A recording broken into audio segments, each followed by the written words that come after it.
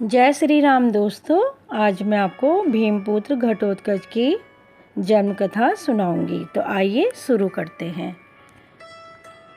जब सभी पांडव लाक्षागृह की आग से बच निकलने के बाद अपनी माता कुंती के साथ छिपते हुए वन में चले गए, तो चलते चलते कई कोस चलने के कारण भीमसेन को छोड़कर शेष लोग थकान से बेहाल हो गए और एक वट वृक्ष के नीचे लेट गए। माता कुंती प्यास से व्याकुल थी, इसीलिए भीमसेन किसी जलाशय या सरोवर की खोज में चले गए। एक जलाशय दृष्टिगत होने पर उन्होंने पहले स्वयं जल पिया और माता और भाइयों को जल पिलाने के लिए लौटकर उनके पास आए। वे सभी थकान के कारण गहरी निद्रा में निमग्न हो गए। अतः भीम वहाँ पर पहरा देने लगे। उस वन में हिडिंब नाम का एक भयानक असुर का निवास था। मानवों का गंध मिलने पर उसने पांडवों को पकड़ लाने के लिए अपनी बहन हिडिंबा को भेजा, ताकि वह उन्हें अपना आहार बनाकर अपनी इच्छा पूर्ति कर सके। वहां पर पहुंचने पर हिडिंबा ने भीमसेन को पहरा देते हुए देखा और उनके सुंदर मुखारविंद तथा बलिष्ठ शरीर को देखकर उन पर आसक्त हो गई। उसने अपनी राक्षसी माया से एक सुंदरी का रूप बना लिया और भीमसेन के पास जा पहुंची। भीमसेन ने उससे पूछा कि हे सुंदरी, तुम कौन हो और रात्रि में इस भयानक वन में अकेली क्यों घूम रही हो? भीम के प्रश्न के उत्तर में हिडिंबा ने कहा कि हे नरश्रेष्ठ, मैं हिडिंबा नाम की राक्षसी हूँ। मेरे भाई ने मुझे आप लोगों को पकड़कर लाने के लिए भेजा है, किंतु मेरा हृदय आप पर आसक्त हो गया है तथा मैं आपको अपने पति के रूप में प्राप्त करना चाहती हूँ। मेरा भाई हिडिंब बहुत दुष्ट और क्रूर है, किंतु मैं इतना सामर्थ्य रखती हूँ कि आपको उसके चंगुल से बचाकर सुरक्षित स्थान पर पहुँचा सकूँ। इधर अपनी बहन को लौटकर आने में विलंब होता देख वह हिडिंब उस स्थान पर जा पहुँचा जहाँ पर हिडिंबा भीमसेन से वार्तालाप कर रही थी।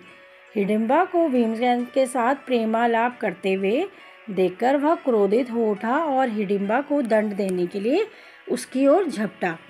यह देखकर भीम ने उसे रोकता हुआ कहा कि रे दुष्ट राक्षस, तुझे स्त्री पर हाथ उठाते हुए लज्जा नहीं आती?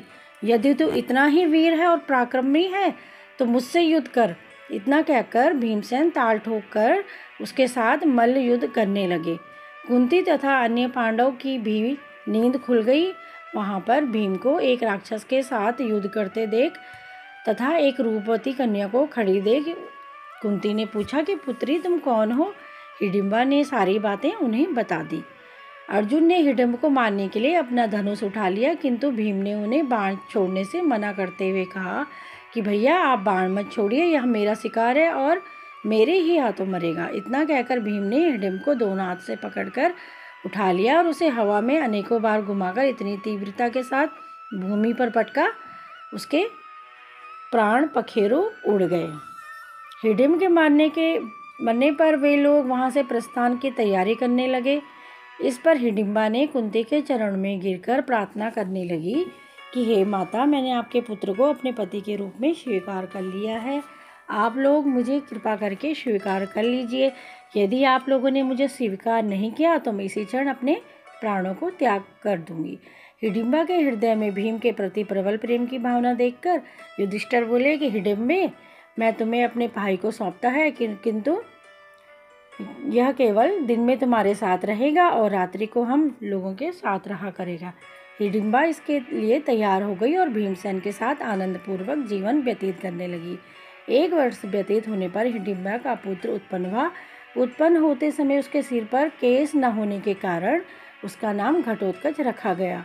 वह अत्यंत मायावी निकला और जन्म लेते ही बड़ा हो गया। हिडिंबा ने अपने पुत्र को पांडवों के पास ले गया और कहा कि यह आपके भाई की संतान है, यह आप लोग की सेवा में रहेगा। इतना कहकर हिडिंबा वहां से चली गई। घटोत्कच श्रद्धा से पांडवों और माता कुंती के चरणों में प्रणाम कर बोला, अब मुझे मेरे योग्य सेवा बताएं। उनकी बात सुनकर कुंती बोली, तू मेरे वंश का सबसे बड़ा पौत्र है, समय आने पर तुम्हारी सेवा अवश्य ली जाएगी। इस पर घटोत्कच ने कहा कि आप लोग जब भी मुझे स्मरण करें, मैं आपके लोगों की सेवा में उपस्थित हो जाऊंगा। इतना कहकर घटोत्कच उत्तराखंड की ओर चला गया। जय श्री राम दोस्तों, अगर आपको ये कथा अच्छी लगी हो तो लाइक करना, सब्सक्राइब करना और बेल आइकन भी प्रेस करना।